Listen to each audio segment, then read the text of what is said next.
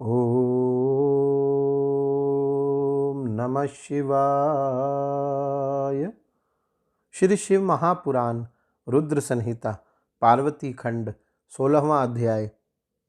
ब्रह्मा जी बोले, उसके बाद तारकासुर से पीड़ित वे समस्त देवता मुझ प्रजापति को भली भांति प्रणाम कर परम भक्ति से स्तुति करने लगे। देवताओं की यथार्थ एवं हृदयग्राही सरस स्तुति सुनकर अत्यंत प्रसन्न होकर मैंने उन देवताओं से कहा, हे देवताओं, आप लोगों का स्वागत है।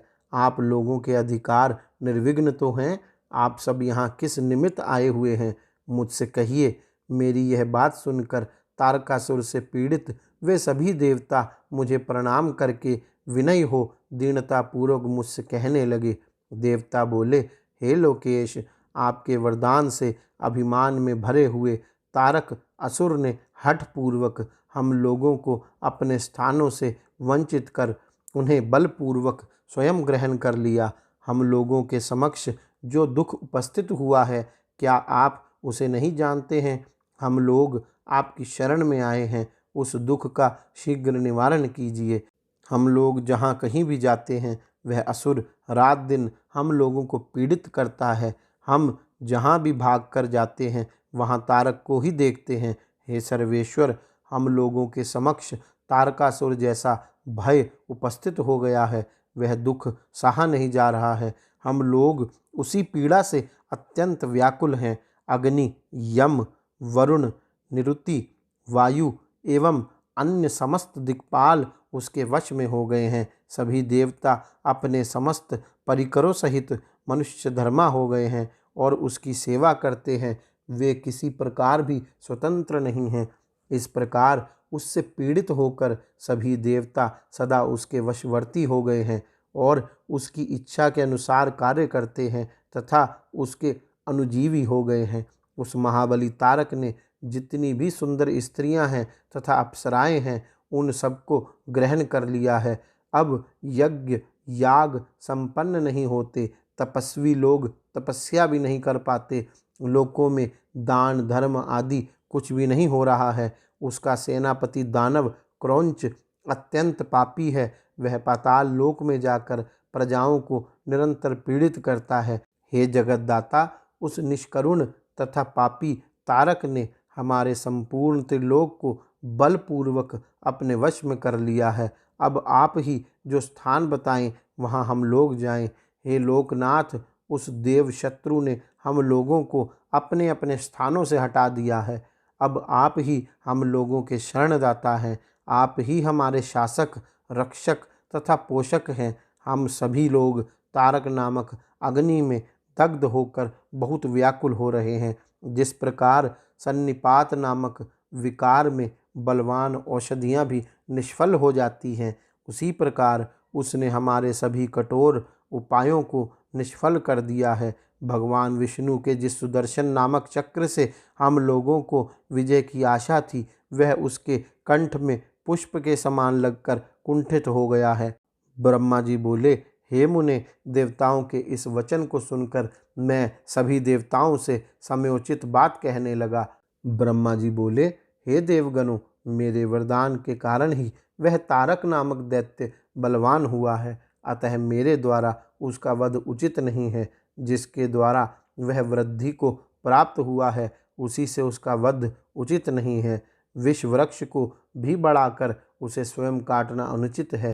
शिवजी ही आप लोगों का सारा कार्य कर सकने योग्य हैं, किंतु वे स्वयं कुछ नहीं करेंगे। प्रेरणा करने पर वे इसका प्रतिकार करने में समर्थ हैं। तारकासुर स्वयं अपने पाप से नष्ट होगा। मैं जैसा उपदेश करता हूँ, वैसा आप लोग करें। मेरे वर के प्रभाव से ना मैं, न विष्णु, न शंकर, न दूसरा कोई और ना सभी देवता ही तारक का वध कर सकते हैं। यह मैं सत्य कह रहा हूँ। हे देवताओं, यदि शिवजी के वीर से कोई पुत्र उत्पन्न हो, तो वही तारक दैत्य का वध कर सकता है, दूसरा नहीं। हे श्रेष्ठ देवताओं, मैं जो उपाय बता रहा हूँ, उसे आप लोग कीजिए। वह उपाय महादेव जी की कृपा से अवश्य सिद्ध होगा। पूर्व काल में जिन दक्ष कन्या सती ने दक्ष के यज्ञ में अपने शरीर का त्याग किया था, वे ही इस समय मैना के गर्भ से उत्पन्न हुई हैं। यह बात आप लोगों को ज्ञात ही है। हे देवगणों, महादेव जी उनका पाणी ग्रहण अवश्य करेंगे, तथापि आप लोग भी उसका उपाय करें। आप लोग यत्नपूर्वक ऐसा उपाय कीजिए कि मैना की पुत्री पार्वती में शिव जी के वीर्य का आधान हो। उधर्वरेता शंकर को अच्युत वीर्य करने में वे ही समर्थ हैं, कोई अन्य स्त्री समर्थ नहीं है। पूर्ण यौवन वाली वे गिरिराज पुत्री इस समय हिमालय पर तपस्या करते हुए शंकर की नित्य सेवा करती है। अपने पिता हिमवान के कहने से वे काली शिवा अपनी 2 सखियों के साथ ध्यान परायण परमेश्वर शिव की हठपूर्वक सेवा कर रही है। सेवा में तत्पर उन त्रैलोक्य सुंदरी को सामने देखकर ध्यान मग्न महेश्वर मन से भी विचलित नहीं होते। हे देवताओं, वे चंद्रशेखर जिस प्रकार काली को भार्या रूप में स्वीकार करें, आप लोग शीघ्र ही वैसा प्रयत्न करें। मैं भी उस दैत्य के स्थान पर जाकर उस तारक को दुराग्रह से रोकूंगा। हे देवताओं, अब आप लोग अपने स्थान को जाइए। देवताओं से इस प्रकार कहकर मैं शीघ्र ही तारक नामक असुर के पास जाकर उसे प्रेम पूर्वक बुलाकर कहने लगा। ब्रह्मा जी बोले, हे तारक, तुम तेजों के सार स्वरूप इस स्वर्ग का राज्य कर रहे हो, जिसके लिए तुमने उत्तम तपस्या की थी, उससे भी अधिक की इच्छा रखते हो। मैंने तुम्हें इससे छोटा ही वर दिया था। मैंने तुम्हें स्वर्ग का राज्य नहीं दिया था, इसलिए तुम स्वर्ग का राज्य छोड़कर पृथ्वी पर राज्य करो। हे असुर श्रेष्ठ, इसमें तुम किसी प्रकार विचार मत करो। वहाँ भी बहुत से देवताओं के योग्य कार्य हैं। सभी का ईश्वर मैं इस प्रकार उस असुर से कहकर और उसे समझाकर शिवा सहित शिव का ध्यान करके वहीं अंतर्ध्यान हो गया। उसके बाद तारक भी स्वर्ग को छोड़कर पृथ्वी पर आ गया और वह शोणित नामक नगर में रहकर राज्य करने लगा। सभी देवगण भी मेरा वचन सुनकर मुझे सादर प्रणाम करके समाहित चित्त हो इंद्र के साथ इंद्रपुरी को गए। वहाँ जाकर मिल करके आपस में विचार करके उन सब देवताओं ने इंद्र से प्रेम पूर्वक कहा। देवता बोले, हे इंद्र, जिस प्रकार भगवान शंकर सकाम होकर शिवा की अभिलाषा करें, ब्रह्मा जी के द्वारा बताया हुआ वह सारा प्रयत्न आपको करना चाहिए। ब्रह्मा जी बोले, इस प्रकार इंद्र से संपूर्ण वृत्तांत निवेदित करके वे देवता प्रसन्नता पूर्वक सब और अपने अपने स्थान को चले गए। इस प्रकार श्री शिव महापुराण के अंतर्गत द्वितीय रुद्र संहिता के तृतीय पार्वती खंड में देव सांत्वन वर्णन नामक 16वां अध्याय पूर्ण हुआ।